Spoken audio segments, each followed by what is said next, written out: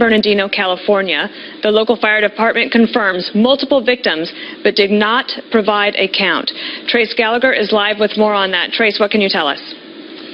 Dana, this is at North Park Elementary School in San Bernardino, which, of course, was the scene of the terror attack back in 2015. In fact, this elementary school is about 8 miles from the Inland Regional Center where that terror attack happened. You can see now the live aerials there from our Fox affiliate, or actually from our ABC affiliate there. We have been told that from the police chief this appears to be a murder-suicide, but that at least 2 others, we believe may have been children, also were struck in this, and it did happen inside a classroom. Apparently a shooter walked into a classroom and opened fire and then took his own life, according to the police chief. Again, what you will see here as they widen out is the police believe the situation is under control, but they are still going from classroom to classroom, which is, of course, standard operating procedure since Columbine. They go in, they will do a triage. We've been told the 2 students who are believed to have been injured have been taken to a local hospital. They are still going classroom to classroom trying to figure out exactly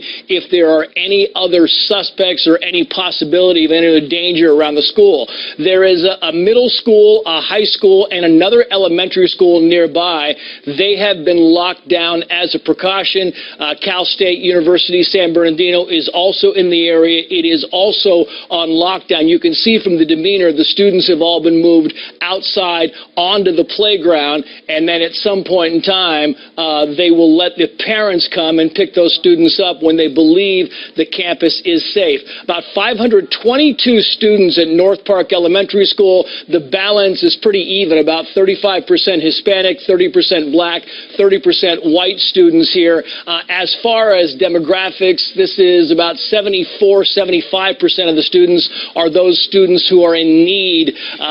They're from low-income families. Again, as you pan out here, we don't have specific details, but we do know from the police chief that somebody, a suspect, walked into a classroom and opened fire. This is being called a murder-suicide. Exactly how others were struck remains unclear. As we get more information, Dana, we are on the phone with the police chief. We are on the phone with the school, as well as our Fox affiliate, Fox 11, which is now reporting that there are 2 dead. We believe the suspect and the target, the victim, and that 2 are in critical condition. And again, we believe those are students, but that has not yet been confirmed. Dana.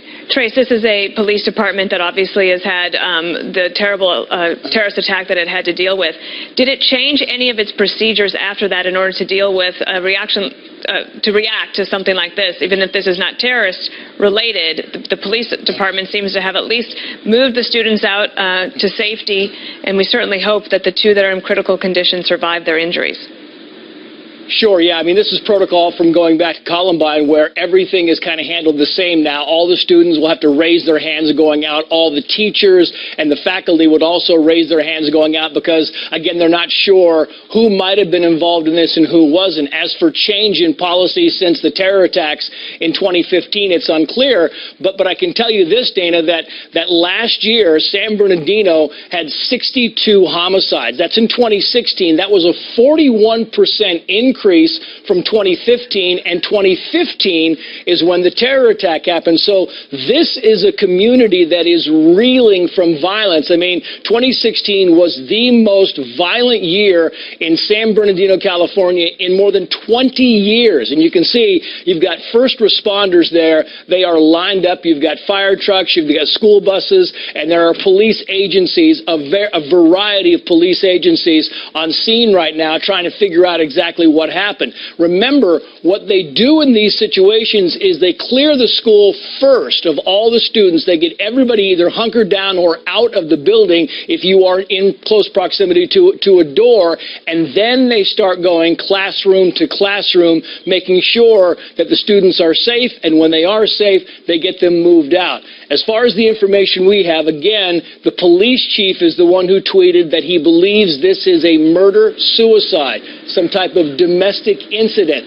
We don't yet know exactly what happened when this person walked into the classroom, if he started going after a certain target, and then others just got kind of caught in the crossfire. Those details are still slowly starting to trickle in, but we do know that 2 believed to be students are in critical condition and have been taken to local hospitals. Trace, do we have any idea how long it took police to arrive, or when the first call came in, and how quickly they were able to get there, and if that in fact helped save some people? You know, it's a good question, but we don't know. I mean, right now, the police chief is just giving us kind of what he has on this.